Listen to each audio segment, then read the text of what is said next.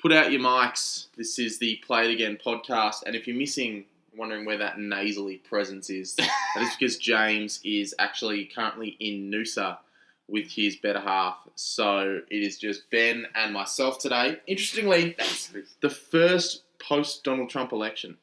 So obviously first sort of podcast we've done post the end of the free world. And so obviously maybe if you swing that way. So interestingly, speaking of disturbing occurrences, we're going to be talking about some disturbing films, and that is this week we're going to be talking about Nocturnal Animals, and we're also going to be talking about Arrival, which is a new film from Denis Villeneuve, which is actually how it's pronounced. I thought it was Denis Villeneuve, but apparently no, it's Denis Villeneuve because like 4 of these on it, and then they're all like Denis. I was shit. Fuck English. I mean, really. So we are going to be doing spoilers for this one. So what we'll do is we'll just quickly run through a spoiler-free review, about a minute each, and say what we thought of it without spoiling anything, and then we'll probably get deep into spoilers. But before that, what's new in movie news, Ben? I think this was pretty much confirmed, but Michael Keaton Kevin Feige has confirmed Michael Keaton will play Vulture in Spider-Man Homecoming. Yeah, I saw that. It wasn't even like that big a deal. It was just like because everyone was linked for ages. Yeah, and he was like, yeah. But like, I'm excited. I think I'm excited for this more than any other Marvel. Yeah, film. this is the only one that I'm excited for. Oh, and Guardians 2, maybe. Yeah. Yeah, that as well. Yeah, I'm keen. I'm really keen. Yeah, Michael Keaton's been on fire lately, so all his films have been pretty good. That's come out post Spotlight, so needs to give his agent a raise, maybe. Tom Holland has revealed a 6-film contract for Marvel. Yeah, that's what I mean. That's what everyone else signed. I read. I think Winter Soldier was like 9, Sebastian Stan or whatever. But I read up and it was like 3 standalone Spider-Man films and 3 mash-up ones, like your Avengers and Civil War. So I'm guessing obviously Infinity War and Infinity War not part 2 anymore, but the second part of that. Yeah, will be 2 of them, and then obviously Spider-Man Homecoming was already one of them because he would have signed that. So it's like 6 films from after Homecoming. So I'm not could sure be interesting. What's going on? They have planned the shit out of like all their movies when you think about it. Yeah, it's ridiculous. It's like ridiculous. It's arrogant, assuming that the people will still go and see them because wouldn't their numbers be dwindling a little bit? No, Doctor Strange is still killing it. It's been top of the box office for like 3 weeks. Jesus. It's just weird because none of those and everyone thought Doctor Strange was going to be the one, not make money, but look, they've got their schedule up to like 2019, and there's only 3 films that Tom Holland would be in that I can think of. I mean, unless he does Iron Man or something like that, because I'm pretty sure Iron Man and Jon Favreau are in Spider-Man, so maybe he goes in that. But from what I can think of, but even then, Iron Man 4 is not in the slate actually. No. So they've literally got planned like 5 or 4 Spider-Man showings pretty much after 2019. Does Infinity War come out next year? It's 2018. Interestingly, because it'd be better if it was next year, because next year is the 10-year anniversary of the Marvel Cinematic Universe from Iron Man. Yeah. Oh, okay. Because Iron Man was the first 2008, one. 2008, wasn't it? 2007, wasn't it? I thought it was. Hang on. Maybe because maybe it was because 2008 was Incredible Hulk. Yeah. So I think about Iron Man, the Incredible Hulk. Keep reading news, Ben. We'll jump onto that while Corey looks at that. This is really interesting. So no, sorry, it was 2008. You're correct. 2008. Okay, so it'll be that would be so it will be. So Infinity War will be the 10 year. This is actually really interesting. So me, Corey, are actually not together, but going to Fantastic Beasts. But I think we've already spoke that they've announced 5 films, but Johnny Depp has been confirmed as Grindelwald. Great character, shit actor. So I don't know how to feel. I really don't know how to feel. As I said, like when I first told Corey about this, I thought like it could either be a real hit or a really bad miss. Like Johnny Depp's the kind of guy who, similar to a lot of actors nowadays anyway, who could all of a sudden just fucking blow us away. Yeah. Or just be like, he's ruined this movie. Like, it's interesting because it's hard to judge because Grindelwald isn't really in the books that much. Yeah. He's in episode 7, number 7, Deathly Hallows the most, that book. But we don't really see much of his character. Most of what he does is told through the eyes of Dumbledore. Yeah. So through a different perspective. So we don't know too much. We know that he was quite evil. He's got a lot of connotations to Hitler. Because we see Johnny Victor Depp Crumb can sort of talk play about evil him. pretty well.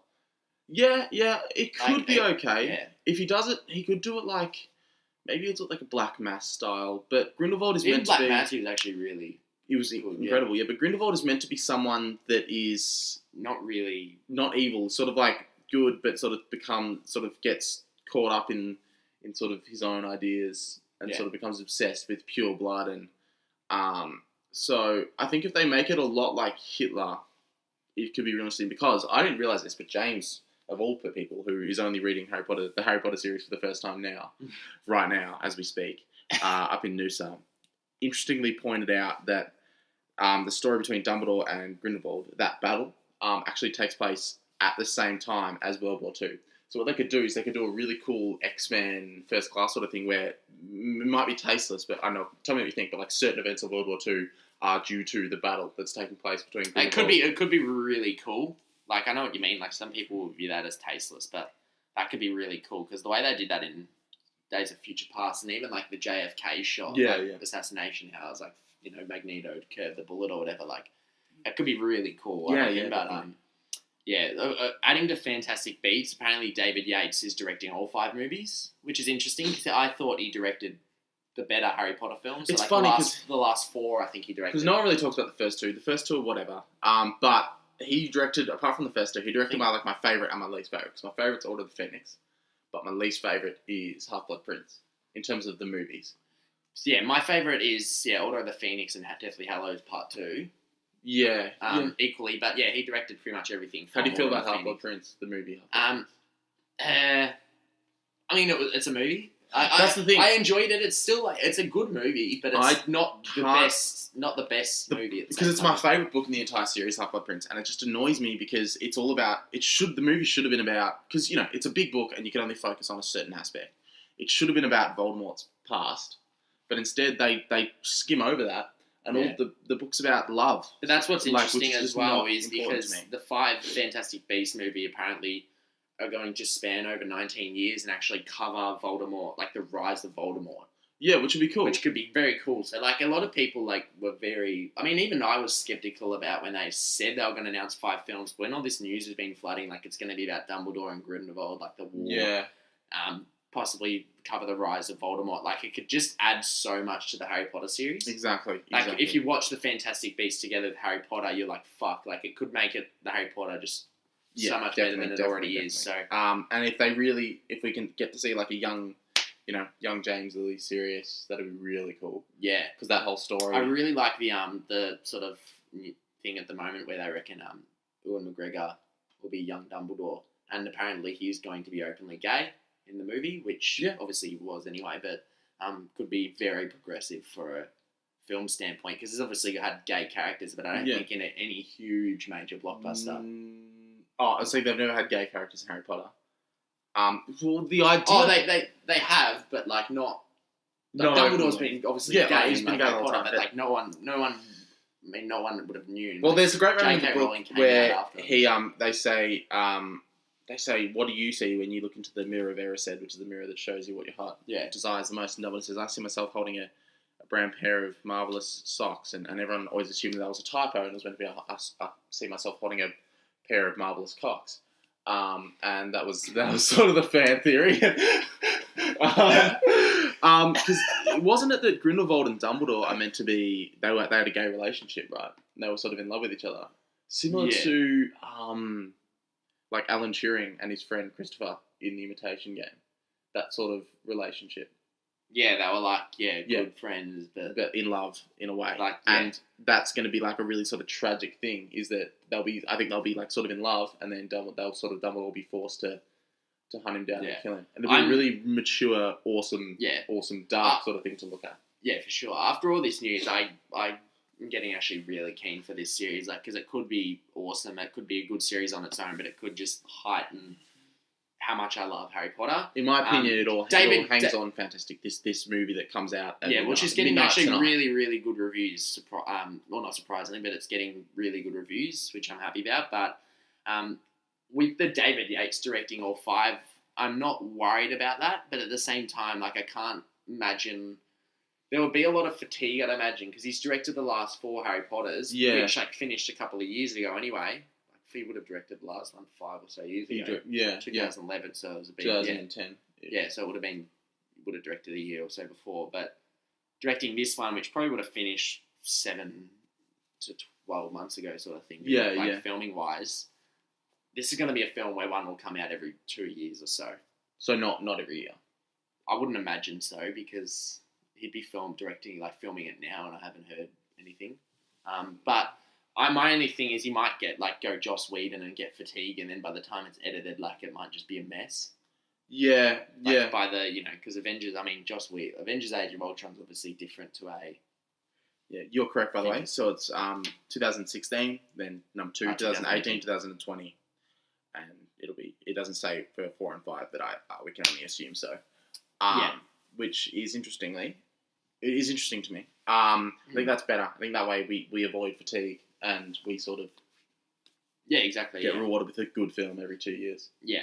This one's actually really interesting. So Deadpool 2's obviously already been announced. Mm-hmm. Fox have pretty much confirmed and apparently are planning a Deadpool 3 with X-Force. Apparently it's going to serve as a soft reboot for the whole X-Men franchise, though. Interesting. They're really trying hard to keep it alive, aren't they? They really are. Logan's obviously coming out, which we thought looked awesome from the trailer, but I find this really interesting, and it's not surprising whatsoever because the X-Men timeline's so fucking confusing. I remember the pod we did a couple of weeks ago when they just rebooted JJ were asking the X-Men universe with First Class. They just pretty much rebooted it, yeah. So how's that going to work then? Yeah, that's the thing. I read that up. I don't know if it's true or not, but apparently, yeah. That's I don't believe that. I mean, Fox have done some stupid shit, but it wouldn't surprise me whatsoever though, because Apocalypse was a bit of a mess. Deadpool 2, Apocalypse wasn't that bad. It was just a movie that, if it came out 5 years ago, would have been. But do you know what I mean? When JJ was trying to talk about the timeline a couple of weeks ago, we were at his place. We were like, "What the fuck?" We don't know which one came first. Yeah. You know what I mean? When you think about it, it's actually fairly confusing. Yeah, it is, but. I would be surprised if they did, because they did obviously just technically reboot it. Yeah. But at the same time, it wouldn't surprise me if they do that with Deadpool and then go a fairly sort of not Deadpool route, but that sort of way where it's going to be a little bit more full on. Logan's obviously going to be MA in Australia. Yeah. Deadpool 2 and Deadpool 3, I'd imagine would. What about Magneto at the end of Apocalypse? Can't remember. I think I got annoyed. I remember James was talking to him and then he walked off. I think I got annoyed that that everyone kept being okay with him turning evil all the time. Because I thought their plan was to reboot and then go and sort of remake X-Men 1, 2, and 3, and that was the idea. Yeah. But now I'm not sure. Obviously, we'll see what happens. I kind of want something new, so I'm hoping that they'll just. I prefer them to not really do any reboot and just make Deadpool 3 and probably just finish there, but... No movies finish. No franchise finishes now. I mean, X-23 could be cool, that idea. Yeah, that could be cool. So and Logan looks really good. I'm sort of keen for that sort of stuff. Yeah. I'll see. We'll see what they do. We'll see what they do, yeah, when it's fully announced. Mission Impossible 6, being confirmed and lands a 2018 summer release. Okay. Which is actually, Jeremy Renner's a bit worried. It actually might clash with Avengers Infinity War filming, so... Interesting. He's obviously a huge character in Mission Impossible franchise. Is that sarcasm? No, he's quite, he's one of the bigger... Is he? Yeah. Really? I'm just thinking about the 5th one. In 4 and 5, in 3, 4 and 5 he's huge. He's pretty much the main part. Him, Simon Pegg, and Jeremy Renner. He wasn't in episodes Mission Impossible 5 as much as 4. He was huge in Mission Impossible 4. I can't remember Mission Impossible 5. I remember... Oh, no. Okay. No, that Mission Impossible 5 was Rogue something. Rogue... Oh, Rogue. Yeah. Fuck. Rogue Pro... No. Rogue... Yeah. I was just going to say Rogue Protocol. I like them. I like them a lot, but I can't think... I like them. They're good Rogue movies. Nation. Rogue Nation. Yeah. They're enjoyable movies. So really enjoyable. That's why I don't know. I reckon they'll figure something out because Avengers obviously he's going to care probably more about Avengers. Yeah, I would imagine. What the fuck is Hawkeye going to do against Thanos? Yeah, true. Yeah, fair point. This arrow has defeated me! I bet you now that you've said that, something's going to happen, like some wound's going to open up and they're like, it can only be pierced with an arrow. And Thanos like, I will... ah! Well done, Hawkeye! Oh, that should be amazing. Now, this is interesting. Jurassic World 2 will start filming, I think it was March next year. Apparently, it's going to have a much darker Jurassic Park approach. Hands up if you don't care. I don't care. But it's added Rafe Spall, which is that little... Rafe Spall? Rafe Spall, yeah. That little guy from Civil War. No, Captain America. With the glasses. Oh, the little like, pudgy guy. Yeah. Whatever. And they've added Toby Jones, who was... That sounds familiar, but I don't know who that is. Life of Pi is the guy who's interviewing Pi, the journalist. Oh. Yeah, he's pretty generic looking dude, isn't he? White sort of guy. Yeah, he's a pretty generic looking dude. But, yeah, he looks like Aaron Eckhart. It's more the fact that Colin Trevorrow, like, filming March 2017, and then he's filming episode 9, which will probably be filming very straight after. Like, yeah. I'm a bit worried about that, but I don't care about Jurassic World 2. I If only they make care it about it much like Jurassic Park 1, I would like it. If it actually much more gritty. And apparently it's all animatronics they're doing as well. Good, not good. CGI. Is Vincent D'Onofrio in it? Yeah. Is he gonna weaponize things? Weaponize the Raptors, yeah. You gotta weaponize it. Guys, we had these on Tora Bora. The only good part of the movie. I fucking love Vincent D'Onofrio. Just the shittest character ever. Tora Bora. Vincent, just make up. So what country am I saying? Oh, just make it up, Vincent. That's fine. Tora Bora. Is Tora Bora an actual country? I have no idea. Is it an actual place? This might we'll be jump very racist. while you look that up. This is interesting. Episode 9, speaking of Episode 9, it's actually going to be shot in 65mm. Yeah, I saw that. Which could be fucking... That's obviously... Really, that's pretty much 70mm. Like... Tora Bora is a place in Afghanistan. I'm sorry. It's real, I'm sorry. Yeah, that could be actually, like, really cool. Like, I remember seeing Hateful Eight in 70mm, and that was fucking awesome. So, what's interesting, 65, they're pretty much the same. Yeah, okay. Realistically, but that could be awesome watching Star Wars in film. Yeah, fuck yeah. I mean, wouldn't that mean that... So, some of it... Does that mean it'll be shot in 65mm, but then it'll be converted into digital normal, yeah. But then... Does that mean that they'll be... It'll be similar to Hateful Eight, I imagine. There'd be special 70mm showings at some certain cinemas who do it. That'd be cool. Mate, like would you go? Yeah, fuck yeah. Yeah. Which would be like something like Rivoli and like the... Yeah. Do you reckon they do a 65mm midnight session? Probably, yeah. I'd imagine. They'd make a shitload of money from it. Yeah, probably. And then it'd be converted to digital, similar to Hateful Eight. But yeah, that's actually got me real keen. This is really interesting. Robert Redford's got 2 films in development, but he's actually announced his retirement. Shame.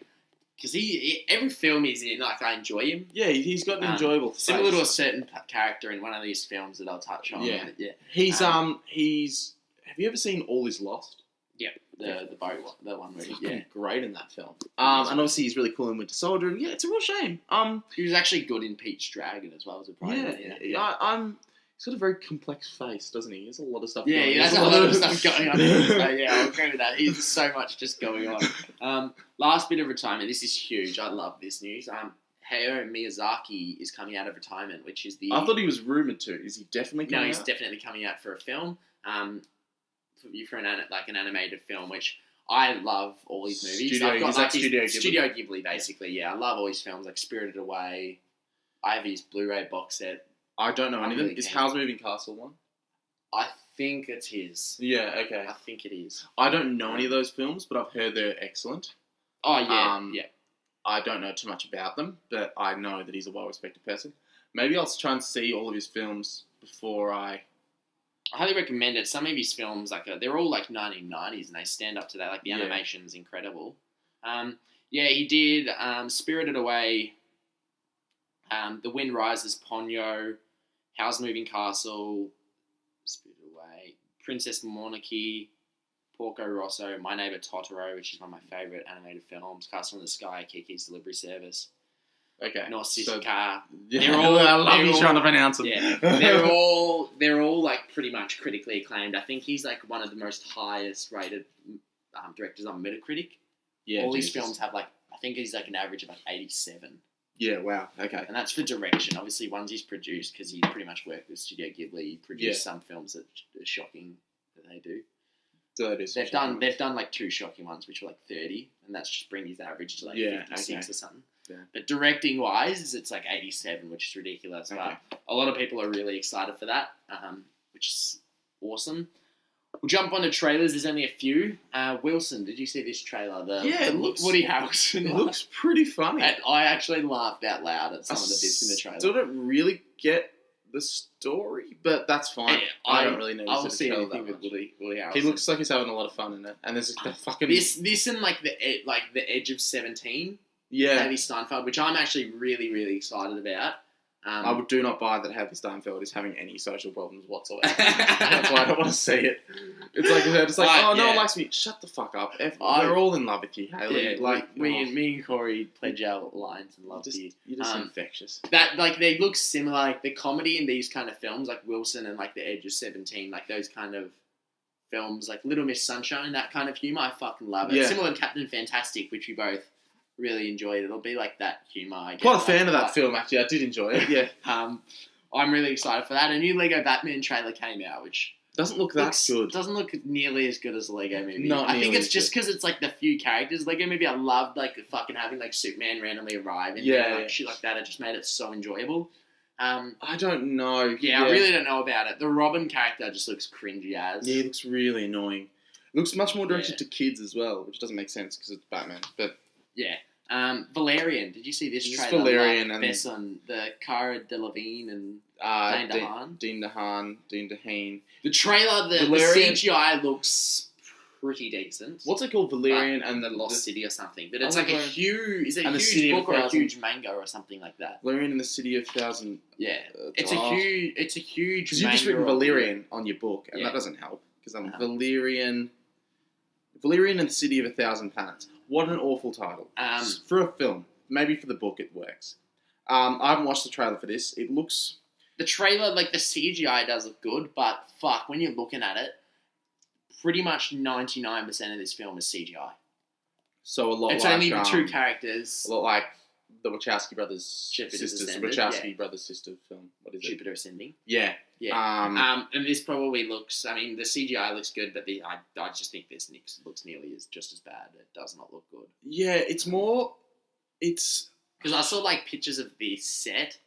Like, Cara Delevingne's, like, Instagram. She posted a picture of the set with her and Dane. It's, like, literally just them in those suits that you're looking at. And then the whole back is just blue and green screen. Like, fuck, there's just nothing I'm looking in this at film. Production photos now. There is a bit of set. It's more... It just looks more like... A lot like, those weird films that came out for our generation, like Spy Kids 1, 2, and 3. And, like, Shark Boy and Lava Girl. And Shark Boy and Lava Girl, that film. And, like, that sort of shit. Like, it looks like that weird sort of... Yeah, that uncomfortable sort of movie that's just, like, Now, Solace. What is Solace about? Solace. Now, Solace, the trailer came out, but it's like, I think this film's been out for quite a while. Weirdly enough. I think it's just not come out in certain places, but the trailer came out. It's got Anthony Hopkins. A psychic works with the FBI in order to hunt down a serial killer, so it's a generic. Yeah, it's only got 6.4 on the user reviews on IMDb.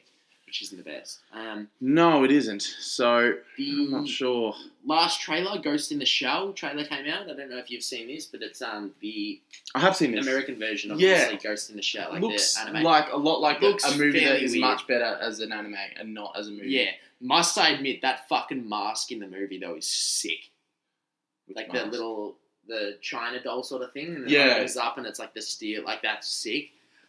It looks fairly much like the anime, actually, surprisingly. It looks really stylish. It's really stylish. There are pretty much scene for scene, like, recreations in the trailer. It looks fairly stylish. The CGI was fairly good. Yeah. Everyone is still up in the air about the casting of Scarlett Johansson because it is she's pretty much the only white person in it.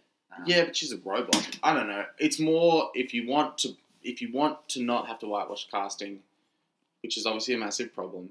Well, massive. It's a problem. I mean, problems are relative. You need to start, like, young directors need to start bringing up Asian actors and actresses in the ranks, so that in the future, once a lot of them make it big, then movies won't get whitewashed.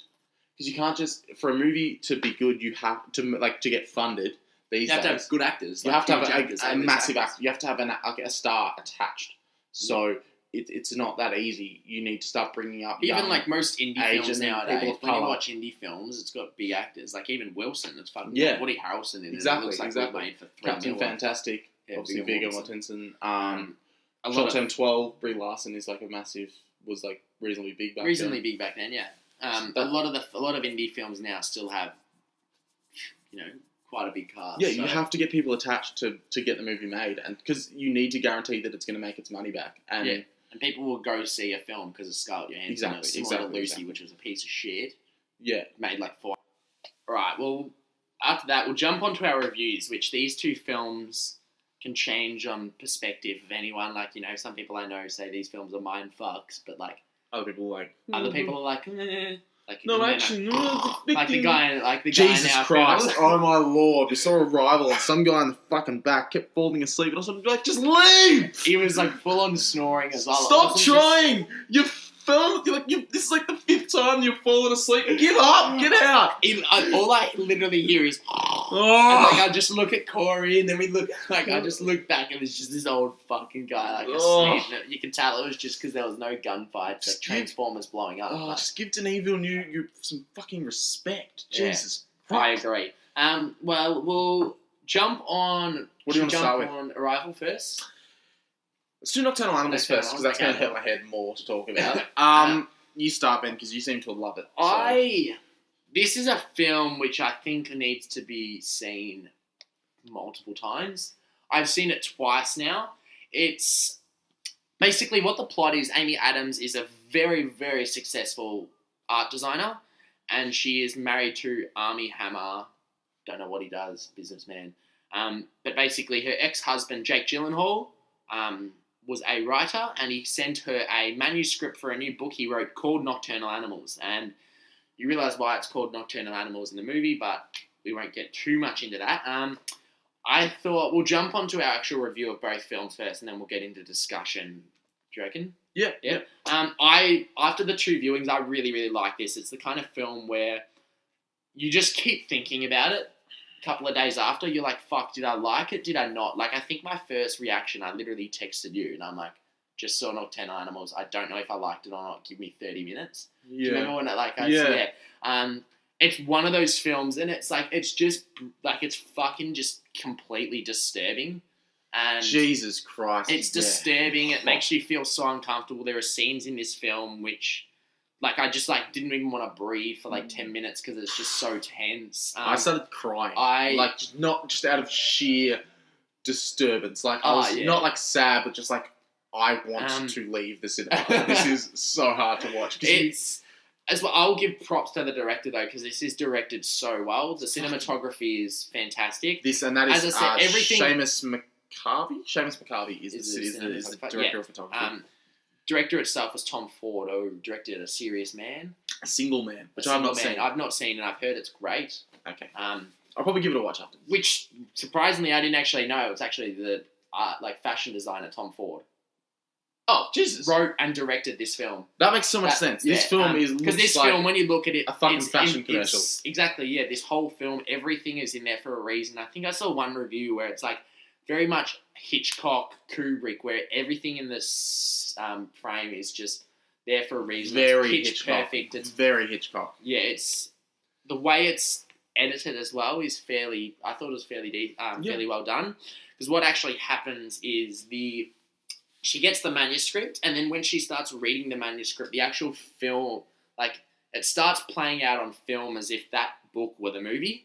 Yeah. Which in Isla Fisher plays Amy Adams's... Which is great, because that's a common thing. Yeah, because that's a common thing, and Jake Gyllenhaal actually is pretty much himself in the movie. But I really, really loved this movie. I it's really hard to score it because, like, after seeing it twice, I enjoyed it more because I picked up on things and, like, I need to see it again. We'll get into our fully, spoiler discussion review. I think Corey might need to see it again and give an actual second score. Yeah, later, but we'll get him to give it first score. I'd probably give it a 9.5. I think that I just really love this film. It wasn't fully perfect for me. It was like so perfect it was imperfect at the same time. Sure. You know what you mean. I don't really know what brings it down for a 10 from me because I just love this movie. How about the opening sequence? The opening, that made me feel that made me feel really uncomfortable. It's sort of it was a slow burn and I felt like it paid off. I just felt that it was a bit too slow at the start for me. Okay.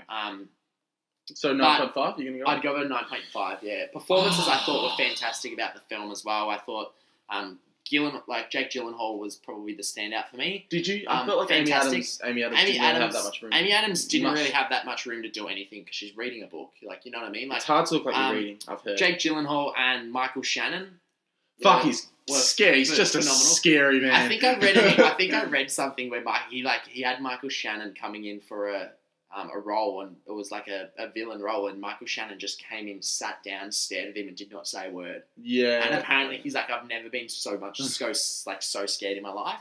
He was in character the whole fucking time. Apparently, he was like smoking up a chimney on set. Yeah, and I will give huge props to Aaron Taylor-Johnson in this film. I did not recognise him at all. I've only seen him in films like Kick-Ass and Godzilla. God, he's awful in Godzilla. In this film, he was really fucking good. Like, he was unrecognisable. Made me feel uncomfortable every time I saw him. Oh, he's just so... You just don't I didn't know he had it in him. You just don't trust anything he says. Yeah, You're screaming at the screen. And was it harder to watch? There's a 10-minute sequence. We're not going to spoil... We'll talk about spoilers in a sec.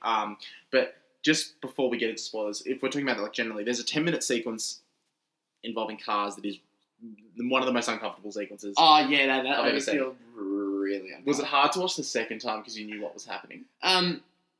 Sort of still, yeah. Like it was hard to watch Aaron Taylor-Johnson, to be honest, like him in general. Yeah. Just because like it's his character, like he played it to a T, like just made me feel really fucking like tense and yeah. It was still fairly hard to watch that whole sequence. There's still scenes in the movies which I felt really hard to watch the second time, but I felt like because I knew exactly what was going to happen.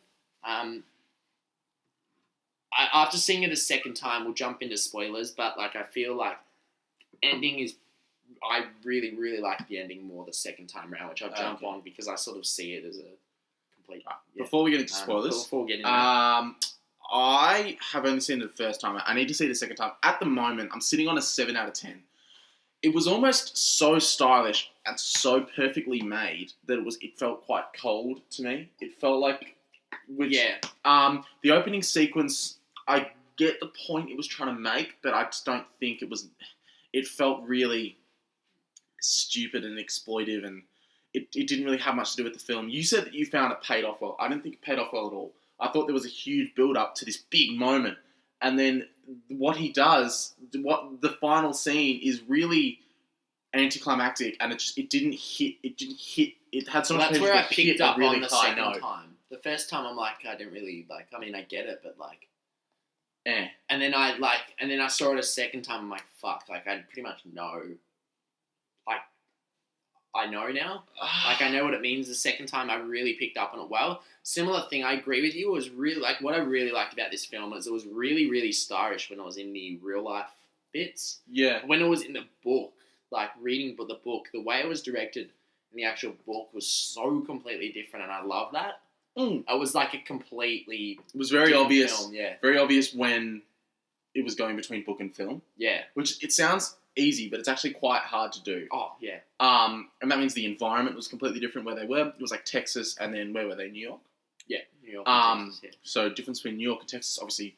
It was like 3 different films to me as well because it was her and him in the past. Flashback as well, which felt like a real romantic like. It felt like a Richard Linklater sort of thing. Yeah, it felt like fucking Pretty Woman sort of like. The way it was directed and shot, and then the way the book was shot and directed, and the way the real life where it was like just too perfect. The real life felt like the Star Wars prequels. That's my problem. That's what it felt like that ridiculously stylish, but just cold.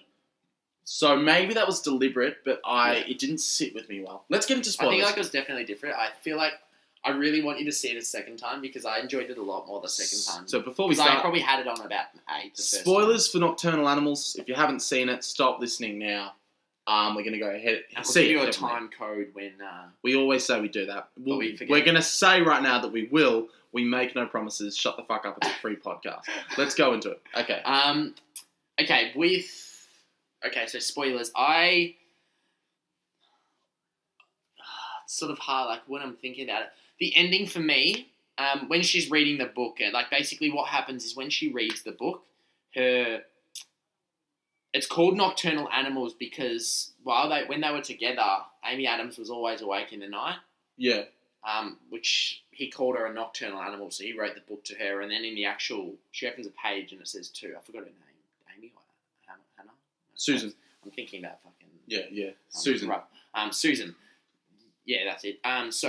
And then basically what happens is they're driving the car on a road trip and they get basically hit by Aaron Taylor Johnson and his 2 companions. Do you think is the whole idea that they were just waiting for someone to do that? Yeah. He just happened to be the guy which is just fucking chilling. That whole scene is just so fucking uncomfortable. No wonder Trump won Texas. It's fun. And yeah, basically what he does is he makes the whole 10-minute sequence really uncomfortable. Basically, he ends up getting the same car as Isla Fisher and his daughter, Jake Gyllenhaal's daughter in the book. They take him, and one guy's taking Jake Gyllenhaal. Basically, Jake Gyllenhaal gets left in the middle of nowhere, and then they come back. He hides there, and then he goes to see Michael Shannon, which is the cop, trying to find basically who did this. And they find out that character Isla Fisher and the daughter have been left naked on a red couch, which linked into the real life scenario, which was the whole red scenario with the artwork. There's so much. If you watch the film, you pick up on a lot of this shit. There's colours. It's like Sixth Sense. You know how Sixth Sense, every time you see a red door, it's implicating a ghost. It's like that. There's colours that seep in through the book that can mean something. So the red couch that they're laying on links into Amy Adams' artwork. But that's the thing. I don't want to have to look that hard to find meaning. I just want you to tell me. If you're a director and you have a point that you want to get across, just fucking tell me. It's the thing is, it's not anything major. It's just a thing that'll... It's not a thing that's major, though. It's just a thing that heightens the film. I know, but for me, it's I found a lot of the massive plot points were made as if they were minor little... See, I didn't Easter eggs. I didn't like that. But I didn't really... But I didn't like that. I think if you have a key plot point, don't do it like a hidden little... It's because of this colour and this colour. It should be...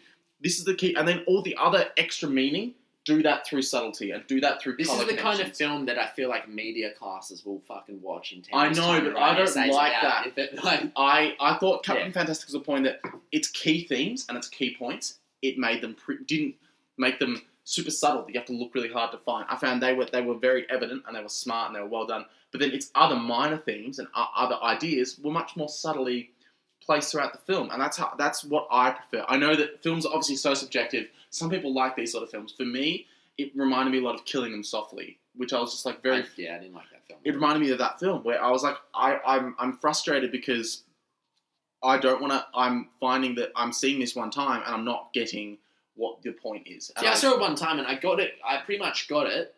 I felt the ending laid a little bit flat, but when I watched it the second time, I picked up on more things and I felt the ending was better. So I highly recommend anyone who sees this, please go see it a second time. Basically, they find him dead, and then Jake Gyllenhaal basically just ends up going through Michael Shannon, finding them. The whole scene where they find Aaron Taylor Johnson, they're in the car, and then he goes to his little crib and he's there, and he's just fucking tell them. Yeah, Jake Gyllenhaal has some sick moments. Yeah, his performance was phenomenal. What did you think the ending meant anything? I thought it was him. Not really. See, it wasn't. I thought it could have been.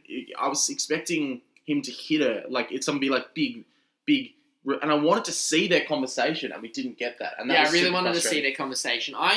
After watching it a second time, I completely think it's just an absolute metaphor. Like his character dying, like he shot himself pretty much in the movie. Yeah. In the book playing out, he killed Aaron Taylor Johnson's character. Walked out. He was really injured because he got hit by like a club in the eye or something. Yeah. Couldn't see shit basically, and he actually fell over, and he landed on the gun and like shot himself. And then what happens is it goes back to real life, and she's like met up for a dinner because she wants to tell him, like, she read the book basically, her thoughts, and he didn't show up.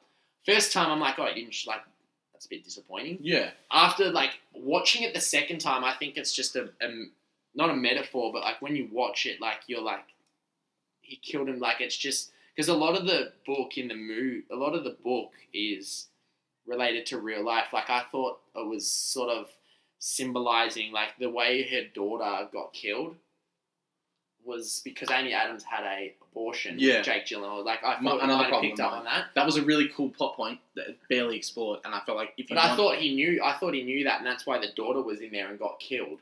That's why I picked up on that, because he gave hints to it in the book, and then I felt like that just converted better to the ending for me, because what happens is her daughter's alive. Where is the redhead daughter from that's like sleeping naked when she calls her? I think that's Armie Hammer's daughter. Like, yeah. The daughter that she had an abortion with Jake Gyllenhaal's child, but Armie Hammer and her daughter, like she's away at uni, I think. Yeah. So that's their daughter. So the daughter in the book is the daughter that he wanted them to have, and she like aborted it. And then I thought the ending was symbolistic of, I'm pretty sure Jake Gyllenhaal in real life killed himself because all he wanted in life was to write this book. Yeah. And he completely failed to it. He wrote this one book, thought it was perfect, it was finally getting published, he succeeded to everything in life. The one thing he didn't have was the love he had for Amy Adams.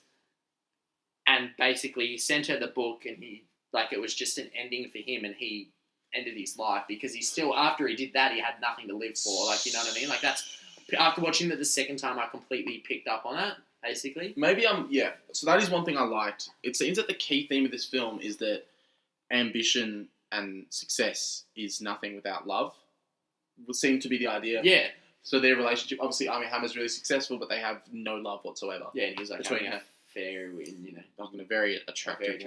Amy Adams is like super successful, but she's depressed, clearly depressed. Can't sleep. She's an insomniac. Same with, and it seems that everyone criticised Gyllenhaal for having no ambition, but he had love, and it seems that ambition and love, I don't know whether he's saying that ambition is nothing compared to love, or that he thinks that the perfect relationship is one that has ambition and love. Yeah. I'm not sure. I think it's more the second, the one where you both definitely want to an succeed. Interesting film, and I really want to see it again. I didn't hate it at all. I liked it. I gave it a 7 out of 10. I've just got some problems, and one of my other problems, and I see what you think. I think that in a film you have minor plot points and major plot points. You have like little beats and big beats, right? I think a problem with this film is that he gave equal distribution and equal weight to the minor beats and the major beats. So, for example, abortion story, major beat, but it was glossed over. But then little things. Well, it wasn't really like a major. It wasn't really the main. I think the major plot of the movie was the book, really. No, but plot point, big plot moment. Point. I felt. Do you see what I mean? I feel like the minor moments and the major moments meshed, and I didn't know what was major and what was minor. He didn't show me enough, so that was my problem. I didn't know where he wanted me to go. Okay. I really like. Yeah, I think you should definitely go see it a second time for sure. Absolutely. I might even get the Blu-ray and watch it at home. Yeah, I'm interested in, after you see it a second time, what score you give it, whether it's a 7 again or even less or more. I'm interested if you have a second score. Well, I might even try and watch it again before our top 10 at the end of the year. Which is actually coming up because really soon, because next week we've got Fantastic Beasts. Week after we've got The Founder, which I'm really, really keen for. Yeah. Got a few good films coming out. And week after, Trolls, Underworld, then Christmas Party. Christmas Party. I'm seeing La La Land quite early. Rogue One, then we've got Boxing Day, and then it's our top 10. Yeah, pretty much. So it's only, realistically, a month and a bit away. Yeah. So as I said, like I've said many times, like this year's been rubbish for movies when you think about it. Last month, there have been so many films that have hit, and I've given out 10s to 2 films, I think, in the last... What were they? Month, Captain Fantastic and Hacksaw. And I think... I hardly give... I think the last 10 I gave before that was Fury Road. Yeah. Which was like Jan 2015. March. Yeah. So, like, this film's... But I think this year has just been shit for huge blockbusters. Yeah, There's been a couple that have been good, like, serviceable, but for, like... Your films that are coming out now, they've hit. I think all films have just hit me pretty much every week lately. Yeah, I'm expecting a pretty shit time between Trolls, Underworld, and then the week after Christmas Party, but then we've got I'm seeing La La Land, Rogue One. Yeah, I mean we probably have a few good indie films coming out at smaller cinemas that we can go and see. Yeah, I've heard Al. I think Ali or Al. It's like a French film where it's basically a director of Basic Instinct. I've heard that's really good, so I might try and go see I'm not seeing Underworld, and I'm not seeing Resident Evil. Do we have to? Yeah. Are we going to review them? Does see anyone care? Do you really want to review I them? actually haven't seen any of the Underworld, so it's probably not good. I've seen one Resident Evil. It was the worst. Oh, my God. Was it? I saw Resident Evil Apocalypse? I've never seen Resident Evil because I remember Resident Evil 6 when I worked. Nice bed. When I worked, someone had like a epilepsy. Wait, what? Really? Resident Evil? Do you mean Resident Evil 6? Retribution? Yeah. When we showed it at Doncaster when I was working there, someone had an epilepsy because there was a bit where this woman was like the main character was in this white and red thing and it was flashing white and red and it was really loud noises. Here's one. Resident Evil Afterlife is one of the worst films I've ever seen. So that was the 4th. Oh my God, so bad. But okay, well we'll leave it on. We'll leave it on Nocturnal Animals for now. I think everyone should see this. Even if you don't like it, I think it's still a movie to go see. If you love movies, go see it. I think it's a very subjective kind of film. I've watched a heap of reviews. I watched one where he gave it like a 5 out of 5. Watched one where they gave it 7. It's been fairly. I mean, not hit or miss, but like love or really like. That's the thing. What I found is that even if this film, regardless of how I felt about certain things, it bloody passed the time. Like it's not a boring film. At all. It is utterly engrossing, and that is partly because you just engrossed. You find yourself looking at every single frame. Every single frame. To start off with, you find yourself just glued to the screen. Yeah, for sure. Because it's paced well-ish. It has a slow start, like we said, but it's just a beautiful film to look at. So for sure, definitely worth checking. Definitely, yeah. Let's move on to Arrival, which we both saw. Something that I'm much more excited to talk about, to be honest. I am too, just because. I mean, Nocturnal You've seen this once. I've seen this twice. I've seen it twice now. I did see it last night. Oh, really? Again, Jesus. Yeah. I did see it last night again, just to pick up. Did you enjoy it more the second time, or worse? Yeah, I enjoyed it more. I let's just say I'll give it a 10. I'm going to give it a 10 as well. Which this year I've given 3 films a 10 now that I know of. So as I said, my top 10 is going to be real fucking hard just because of this last month. Like I've really, really loved certain films this year, and like we've got La La Land, Rogue One, Moana coming out. Yeah. Which I'm really looking forward to, and Fantastic Beasts. I can't find a flaw in this film. I thought it was genuinely perfect. This is one of my favourite sci-fi films of all time. Already? For sure, already. Yeah. I have no doubt that Blade Runner 2049 is in fucking good hands. Great cast, director, same cinematographer. The cinematography in this film... Is this Deakins? Roger Deakins? Roger Deakins doing... Did he do all right? I'm pretty sure, yeah. I'm going to find out. You keep talking. Just give me your spoiler-free review. No, that's right. Performances were great. Fantastic. Amy Adams is fucking perfect in this film. Yep. After watching it a second time, everything she does is just so subtle and brilliant. Wouldn't be surprised if she gets an Oscar nom whatsoever. Deakins did not do Arrival. Oh, okay. Interestingly, so the last film he's doing Blade Runner though, isn't he? Yeah. Sicario. I'm gonna have a look. Okay. Amy, wouldn't be surprised if she got Oscar nom. I think the Oscar will probably go to Natalie Portman for Jackie, from what I'm hearing. From what I'm hearing lately, it's getting fucking fantastic reviews, Jackie, and everyone's saying pretty much she's locked in. I think her odds are like $1.20. Really? Yeah. Well, that's JFK. Like, I don't think Amy Adams will get the Oscar for this. I don't think she'll get it. I think she'll get an Oscar nom for sure. Yeah. From what I've seen, there's not really many competition. I mean, generally your Oscar films in Australia come out in Janish. Yeah. Because your Oscars are Keaton in The Founder. Keaton probably get. Yeah, I'm talking about actress though. Oh, actress. Yeah, sorry. Yeah, I'm trying to think of any other. I can think of a couple actors, but actress. From what I know, I can't really think of any that I've seen. No. Get nominated, but Amy Adams for Arrival should. Jeremy Reynolds, fine. The Forrest Whitaker, I actually really, really liked in this film. Jeremy Renner and Forrest Whitaker don't have that much to do. No, but I like them. Yeah, they said well. Yeah. Interestingly, I'm just going to point out, so the cinematographer was actually a guy named Bradford Young, and he did Selma, A Most Violent Year, Arrival, so they're all pretty Porn Sacrifice. Pretty big well shot films. Yeah. The cinematography and the score of this film heighten it so much. The score is fucking incredible. The score I've literally purchased off iTunes. It's not. I literally purchased this off iTunes because it's something I'd listen like. See, it's not something I'll listen to casually, but in the film it works. In the especially film, the score when you first see the pod. Yeah. The pod, and it's like. Yeah, the one at the end where it's like. Yeah. Like. No. Yeah. It's a really inventive score. It's really creative. Sure. And this one, he's one of my favourite composers. Innovative and agile score, strong economic growth. It's one of my favourite composers anyway. He's done Theory of Everything, which the score for that I fucking adore. After that, he did. What else did he do? I did. Who's the Johan Johansson or whatever? Johan Johansson? I'd give. I mean, as we said, we both give it a 10. I really don't want to talk about it too much in this section, just because a lot of the talk is going to be based on spoilers. But I thought the plot was just sublime. I felt like for a film so complex, I didn't find pretty much any plot holes. Where you look at another sci-fi that came out this year, Independence Day Resurgence, which is fucking rubbish. I think I gave like a 0.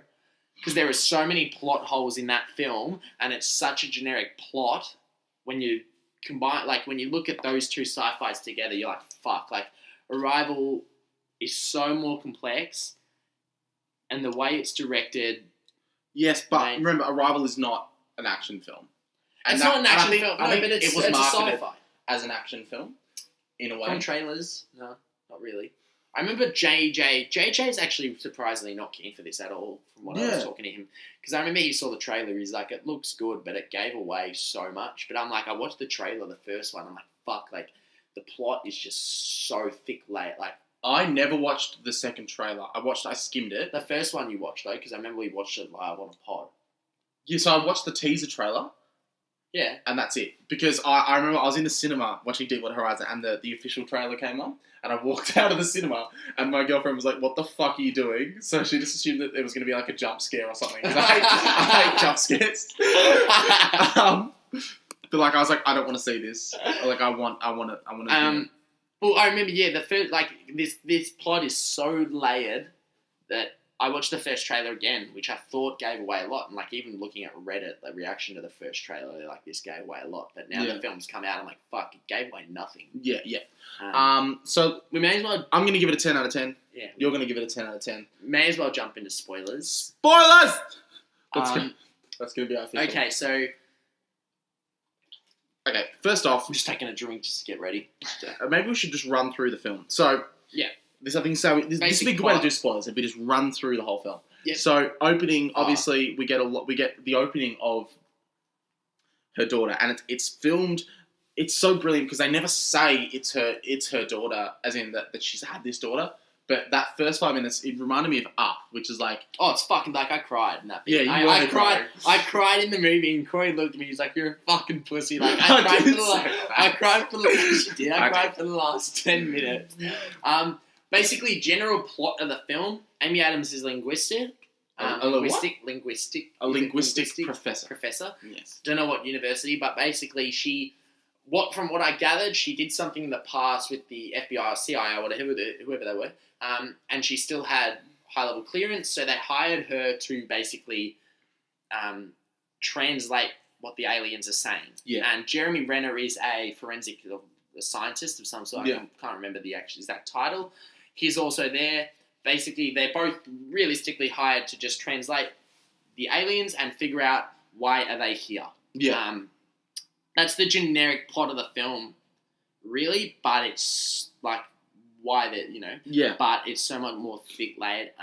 What did you think of the twist? Because I thought the twist was just fucking brilliant. I thought the twist was phenomenal. Explained basically, so well. we'll say what the twist. So basically, the heptapod, what do they call it? The heptapod. Seven legs. Heptapod basically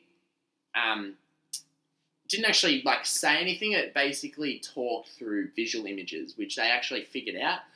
What actually happens is Amy Adams keeps having these visions, and you keep thinking during the film that they're flashbacks to a daughter who passed away due to a very rare disease. Her face is so brilliant because her facial expressions could either be, what the fuck is going on? Yeah, what the fuck is going on, or why am I, I'm flashing back to my past. So that's why I was so convinced. It's like, oh man, why doesn't she just explain to people, hey, can I have a break? I'm having PTSD about my daughter that died from cancer. Yeah. But that was like, so I was like, what the fuck I was is going confused on? about that as well. I was like, why wouldn't she just tell Jeremy Renner, my daughter died of cancer. Yeah.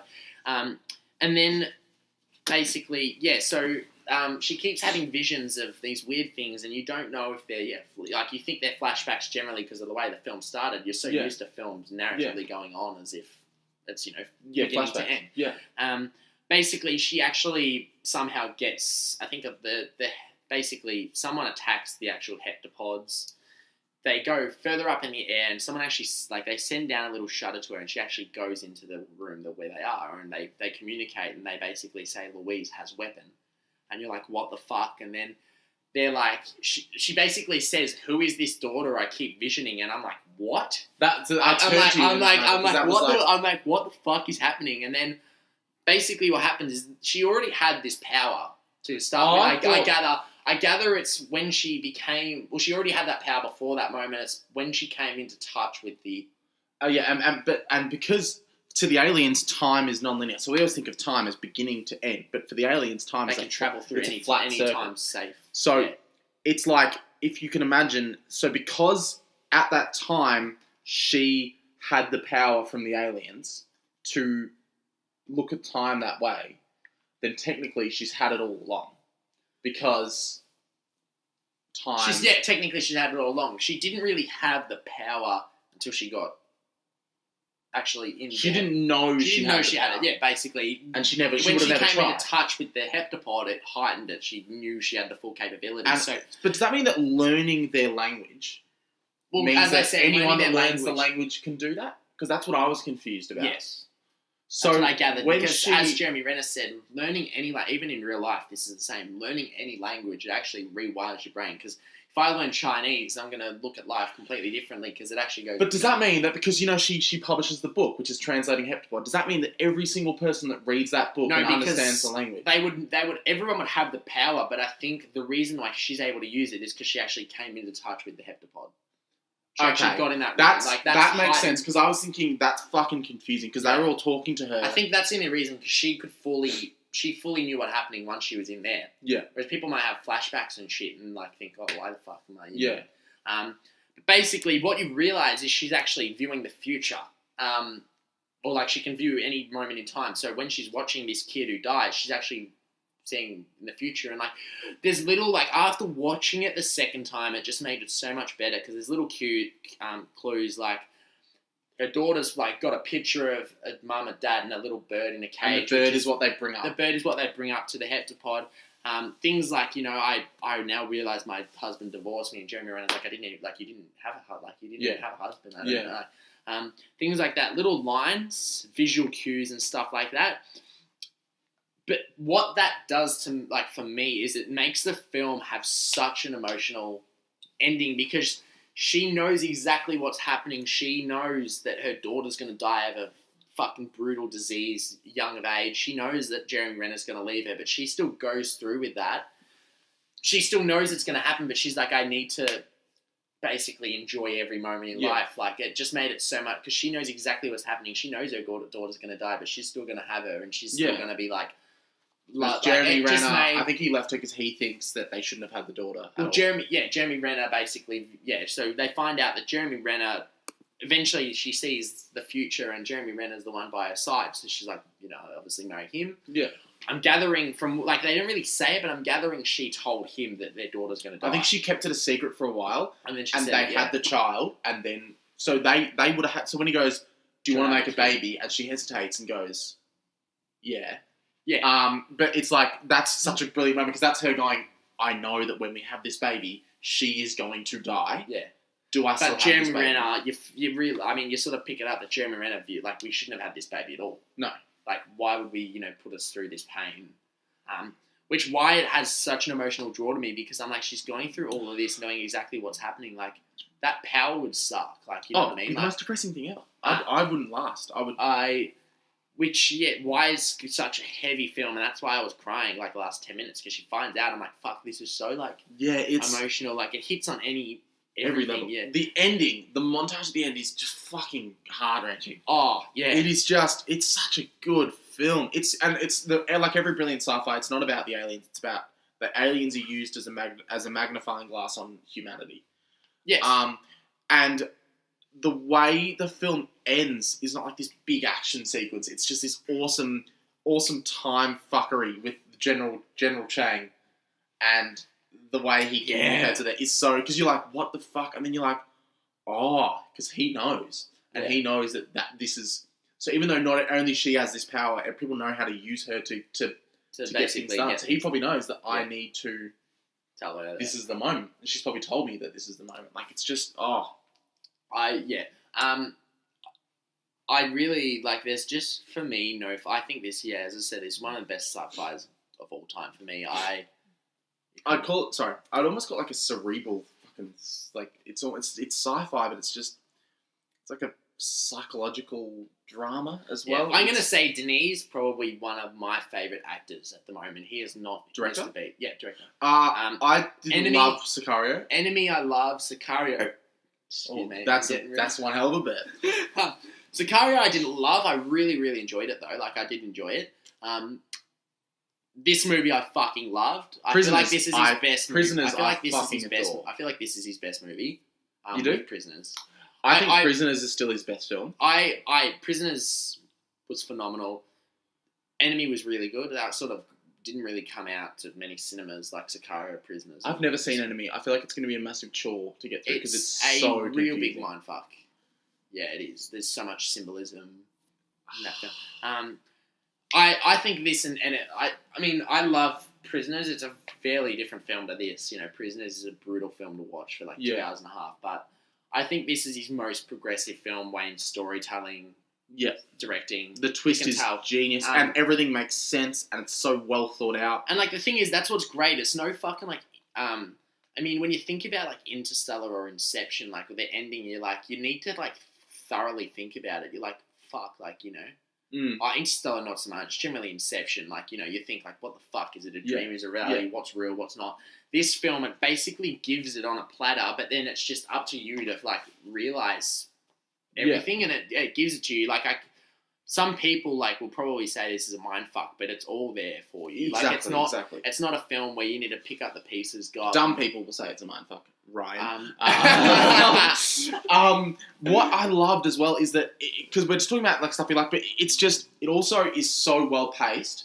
It just passes you. This film's similar. It's a fairly slow burn to Nocturnal Animals. It's not like a fucking real 2 hour long fast paced film. It's like it's not a slow film, but it's paced fairly well. It felt like an hour to me. Like I was glued to the screen. It's similar. Yeah, it's similar. It's a slow burn. I was glued to the screen though, but this ending just pays off in every way. It just makes the whole film better because you look back and you're like, fuck, that makes this bit at the start so heart wrenching. It makes this bit in the film so fucking depressing. We haven't discussed the fact that it's about all this stuff and stuff, but it's also very much about diplomacy and politics. Yeah, and then humanity as well. coming together. And and which is just like it ticks every box, theme, and that's like why the this is going to political themes. There's no way, unless every film that comes out from now is brilliant. There's no way this is not going to be in my top 10. This will be my top 10. The only, like, I've sort of, as I said, I've got, like, a couple of films that I really, really liked. I think I messaged you. Be like, I've got Kubo. No, let's not spoil it. Let's not spoil it. Let's not spoil the top 10. The fabled top 10. Like, I've got a couple that I know definitely will be in there. It's just whether, it's just the placement. If I really, hopefully, I mean, I'm really hanging on for Rogue One, like, to be good. So am I. It's really, for me, it's just Rogue One, Fantastic Beasts. I've heard it's good. It's just a matter of if I really enjoy it. The Founder. How about Billy Lynn's Long Halftime War? Nah. Why not? Nah. Have you seen early reviews or? Yeah, they're very like they're very much hit or miss. Like really, 4K 120 frames is just not good to watch. Like it's too real. Interesting. It's filmed like at 4K and 120 frames per second, which is what humans basically see in real life. So, yeah. Okay, fair enough. It's basically just Rogue One, La La Land, Moana, and Founder, Fantastic Beasts is just the only sort of ones that possibly could manage to get in there. From what I think of, but Fantastic Beasts. I don't think it'll be in there. I'm just saying if I it's just a matter of if I really enjoy it, it could manage to sneak in there. But it's more La La Land, Rogue One. And our top 10s are not just films that we know are really good. They're films that we have a really good time watching as well. Yeah, exactly. It's like last year. Okay, well, that'll pretty much wrap it up for Arrival. Like we said, both give it a 10 out of 10. Both loved it. Fucking see this film and go see it as many times as possible. I want this film to make a lot of money. So do I. I've heard it bombed a little bit. Right? No, Hacksaw Ridge. No, Hacksaw Ridge still made a fair bit. It was only made for like 30 mil. Really? Yeah. Fuck. Which, like, you know, you watch it and you think this film's like 200 mil. It plays like a big budget movie. Everyone should go see both the films we reviewed this week. See them both a couple of times at least. They're films that you do need to probably watch a couple of times and think about, I reckon. But next week we've got Fantastic Beasts and War on Everyone, which I've actually not really heard of. It's the director of Cavalry. I fucking love Cavalry. Cavalry with Brendan Gleeson. Forgive me, Fido. I've said it's a fucking great film. It's the director of. It's got Alexander Skarsgård and Michael Penner. I've watched the trailer. It looks kind of cringy. I don't know if it's got good reviews. That film. It's directed by. It's got Theo James in it. Yeah, don't know about that. It is directed by the same person who directed Cavalry and the Guard. I fucking love Cavalry though. I love both of these films. That's the most Irish film I'll try. Forgive me, Fido. Yeah. I'll try and see it. I don't think it's coming to many cinemas in Melbourne though at all. So it seems like if we miss it, we apologise, but we'll try and watch it. That movie. I'm just thinking about Cavalry. Fuck, that film is sick. Who's the guy in it? Who's the guy who's in Bridesmaids and he's fucking awesome in Cavalry? Domhnall Gleeson. No, you know who we're talking about. Chris O'Dowd. Yeah, he's fucking cool in Cavalry. He's just his accent is infectious. Yeah, Forgive me, Fido. Other than that, we'll log off on this week. What's out on DVD? Do you know what's out on DVD? There's been. I think there was Sausage Party and Game of Thrones season 6 as well. I had that in there. Yeah. Sausage Party and Finding Dory. I think that's about it. Movies you can see or not see. You've already seen. I'll probably buy Finding Dory on Blu-ray just because I've got Nemo. Did you? I didn't love Finding Dory. I didn't love it. I liked it. It was okay. Sausage Party I need to see. I've heard it. You said I didn't like it. So JJ loved it. I gave it like a 6. Yeah, but he loved Masterminds. He did love Masterminds. He walked out of Masterminds. I walked out of Masterminds. Yes. Okay. We'll see Fantastic Beasts tonight, so you might actually have a pod somewhat early.